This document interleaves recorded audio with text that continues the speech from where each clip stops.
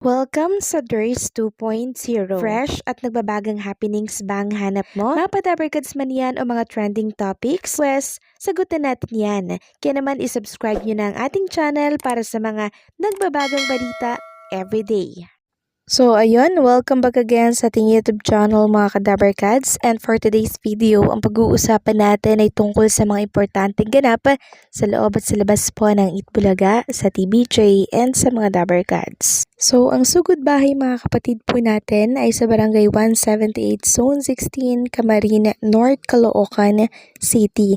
At makikita nyo naman mga Kadabarkads na grabe, ang dami pong pumila at nagpa-register sa sugod bahay mga kapatid dahil punong-puno na naman po yung pila, puno na naman po yung mga kalsada na pinagpipilahan po nila. Samantalang kanina naman po maraming naghahanap kay Atasha Mulak.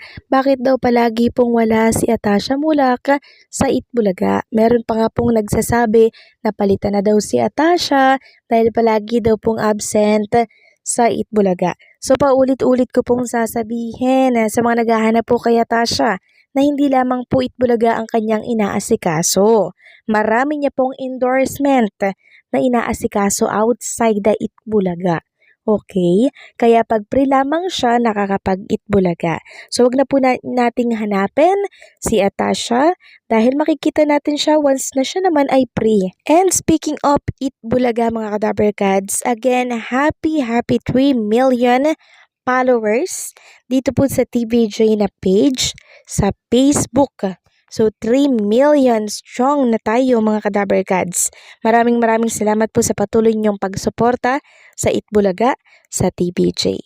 Samantalang next topic naman tayo tungkol ito sa naging announcement ni Boss Joey De Leon during therapy na talaga naman po nga kinagulat ng marami. So ano po ba yung announcement na yan?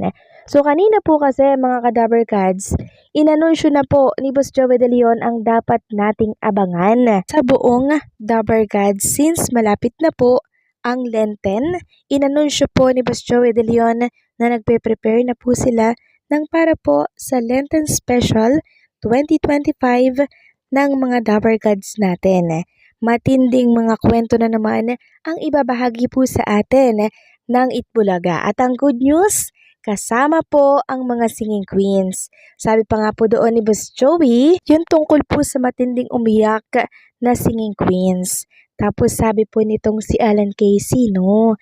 Tapos ang sinagot naman po nitong si Boss Joey, hindi ka ba nun iiyak tatanggalin daw sa show?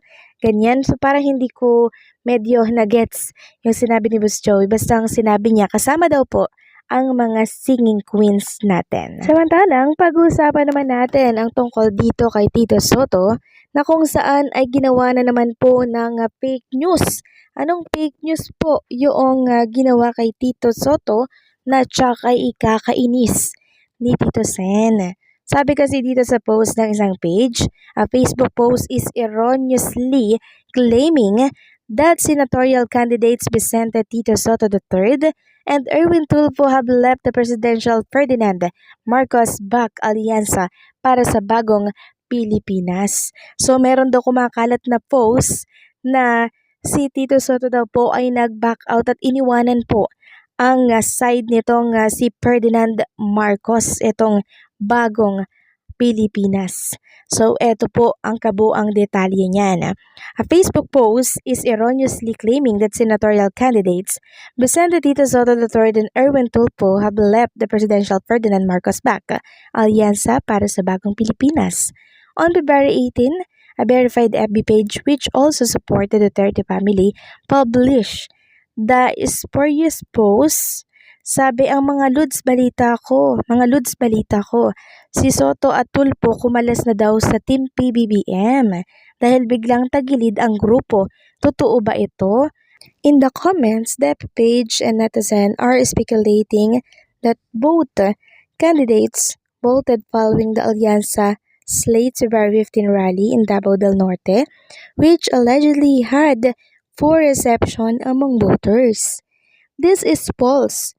Both Sotto and Tulfo are still part of the administration-backed senatorial ticket and have made no statement announcing intention to Leave the Alliance. So isang malaking fake news na naman at biktima na naman po si Tito Soto ng fake news. Kaya gigil na gigil talaga si Tito Sen no, na i-push itong ipagsasabatas itong anti-fake news law na to. Samantalang pag-usapan naman natin ang tungkol dito sa revelasyon po sa anak ni Bossing Vic Soto. Sabi po dito, when Vico was campaigning in Pasig for his first run as mayor in 2019, mukhang kawawa ang sorties niya noon. It was done in empty lots, side streets, and parking spaces. He was running against Eusebio, a family who has held power in Pasig for 27 years. Pasa-pasa lang sila ng posisyon. Vico mostly just did his campaigning at the back of the small truck, using said truck as stage. Kasama niya yung candidate niya for congressman and his dad and some supporters. The Eusebio campaign were all-out spectacles, complete with big stage and professional dancers and parapol of appliances. Walang mag-aakala na matatalo ni Vico ang isang Eusebio, but he did.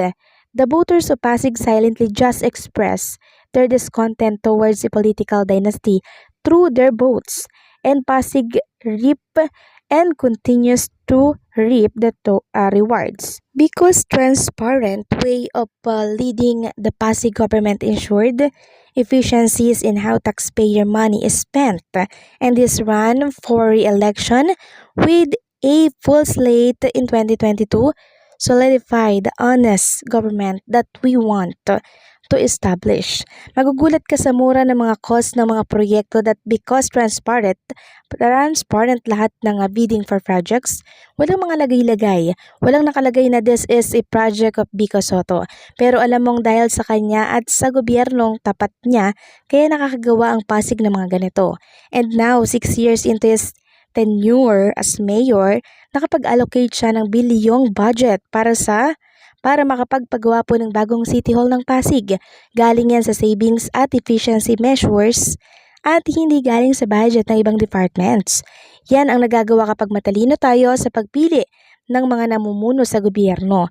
Tama na ang pagboto sa mga alam nating pabigat lang at wala namang kakayahan. Mag-isip-isip naman sana tayo para sa kinabukasan ng susunod po na henerasyon. Gayahin natin ang taga-Pasig, hindi pa huli ang lahat.